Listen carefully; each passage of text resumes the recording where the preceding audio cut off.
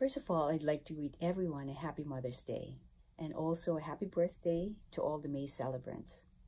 For every one of us, whether we are a mother to our own children, a mother to our nieces and nephews, or just celebrating our own mothers, it is a day to recognize the efforts, the sacrifices, the love that only a mother can give. And for me, Mother's Day is extra special. My mom was born on May 14, and usually it coincides with Mother's Day, the second Sunday of May. So when Angie asked me if I would like to talk about my mom during our monthly MMK, I said I'd gladly oblige, and that would give me a chance to celebrate my mother 6 years after her passing. This is my video. Liwayway Ramos Bunag was born on May 14, 1931 in Manila, the youngest of 8 children.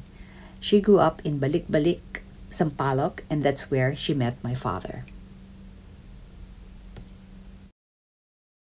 She was 18 years old at that time, and she was walking in the street when my uncle and father saw her. My uncle told my father, "Sige nga, ligawan mo yan, baka hindi ka pwede dyan." My father said, "Kayang-kaya ko yan." He approached her and introduced himself. Pretty soon, my father asked her to go on a movie date with him. When they arrived home after the movie date, my mom's eldest sister told my father to marry my mother or else. I guess my aunt thought something happened between them, so it was like a shotgun wedding. And at 19 years old, my mom was married to my 20-year-old father. The following year, my brother was born, and 3 years later, I followed. After that, we moved to Quezon City, where my sister Cecil was born, and many years later, my youngest sister Karen. Fast forward to when my mom was in her 30s or mid-30s.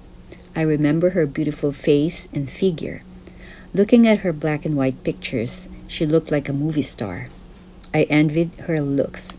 She was a stay-at-home mom by then, took care of the house and us, but she and my dad also had a lot of parties to go to. We had close family friends that they would always be in each other's houses, playing mahjong, eating, singing at the piano, and even dancing, while us kids would play hide-and-seek and patintero. When I moved to the US in the 80s, she saw me off at the airport, and a year later visited me in New York. Oh, how she loved to travel. Here we are in New York, visiting the Twin Towers, and years later, in Rome and Venice. Nanay was a hands-on grandmother. She made sure that she was there for each of her grandchildren's birth. She came to the U.S. 3 months after my first son was born to take care of him for a few months, and again in 1990 when Johnny was born.